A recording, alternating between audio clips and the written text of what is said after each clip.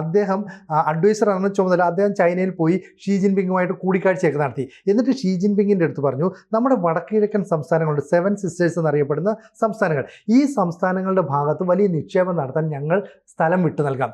കാരണം അവിടെയുള്ള ഈ സംസ്ഥാനങ്ങൾക്കൊന്നും തന്നെ ബംഗാൾ ഉൾക്കടലുമായിട്ട് അതിർത്തിയില്ല.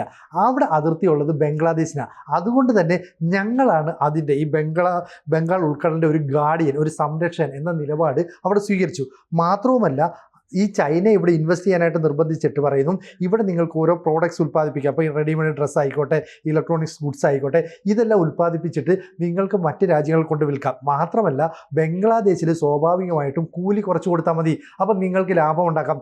ഇതെല്ലാം പറഞ്ഞ് ചൈനയെ ഒപ്പം നിർത്താനായിട്ട് ഇവർ ശ്രമിച്ചു. അപ്പോൾ ഇതിനെ ഈ ബീംസ്റ്റെക്ക് ഉച്ചകോടിയിൽ പങ്കെടുത്ത രാജ്യങ്ങൾ എതിർത്തു.